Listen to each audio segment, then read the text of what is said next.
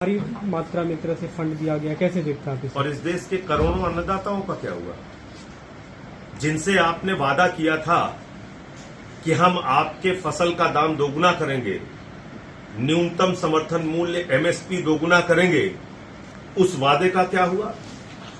देश के करोड़ों किसानों को इस बजट से निराशा हुई है, क्योंकि उनको उम्मीद थी कि एमएसपी दोगुना होगी, उसके लिए अलग से बजट में कोई प्रावधान होगा, नहीं किया आपने।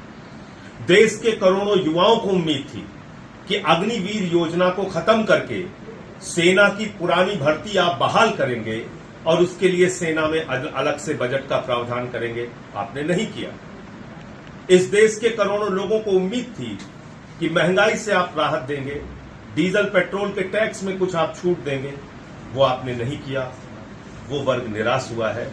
महंगाई पर, बेरोजगारी पर, किसानी पर यह बजट पूरी तरीके से खामोश है। नंबर 1, आगे आ जाते हैं। इस देश के छोटे निवेशक, जिनकी संख्या करीब करीब 10 करोड़ है, जो शेयर बाजार में अपना पैसा लगाते हैं और अपने घर के खर्च को चलाने के लिए वो एक रास्ता चुनते हैं, कुछ कंपनियों के शेयर खरीदते हैं। आपने क्या किया?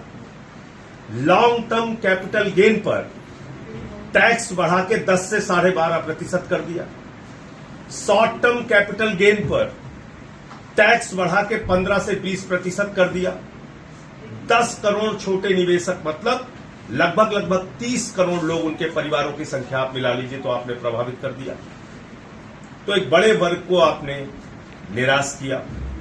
और आप देखिए शेयर मार्केट धड़ाम हुआ है, गिरा है।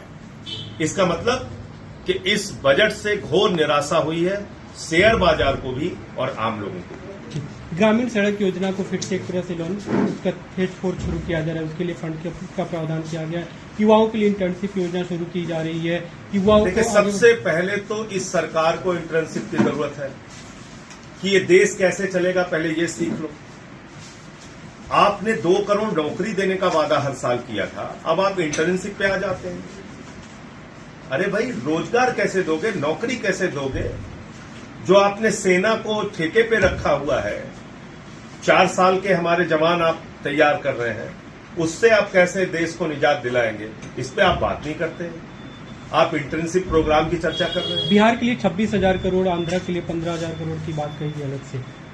तो भाई साहब, आपने फिर सुना नहीं। 9 साल पुराना देश के प्रधानमंत्री का भाषण है। उन्होंने कहा था, जय प्रकाश जी की कर्म भूमि से बोल रहा हूं, 50,000 करोड़ से काम नहीं चलेगा, 60,000 चाहिए, 70,000 चाहिए, 80,000 चाहिए, 90,000, नहीं, 1.25 लाख करोड़ रुपए।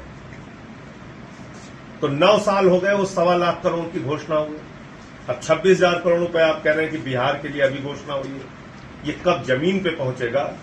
अगला 9 साल लगेगा ये 26,000 करोड़ पहुंचने में, या नहीं पहुंचेगा, ये तो समझ। इनकम टैक्स स्लैब में बदलाव किया गया, आपको लगता है राहत मिलेगी इससे लोगों को? देखिए, जो सबसे बड़ी राहत की उम्मीद थी उसमें तो आपने निराश किया और इसी के कारण शेयर बाजार गिरा है। दिल्ली और पंजाब को कुछ मिला? दिल्ली और पंजाब का मैं अभी डिटेल बजट आएगा, आप देख लीजिएगा। मैं पहले ही बता चुका हूं, 325 करोड़ से ज्यादा दिल्ली को मिलने वाला नहीं है। बाकी डिटेल जब आएगा बजट तो आप देख लीजिएगा। जहां तक पंजाब का सवाल है, पंजाब का तो 8,000 करोड़ रुपए खुद ही केंद्र सरकार के पास बाकी है, वही नहीं दे रहा है।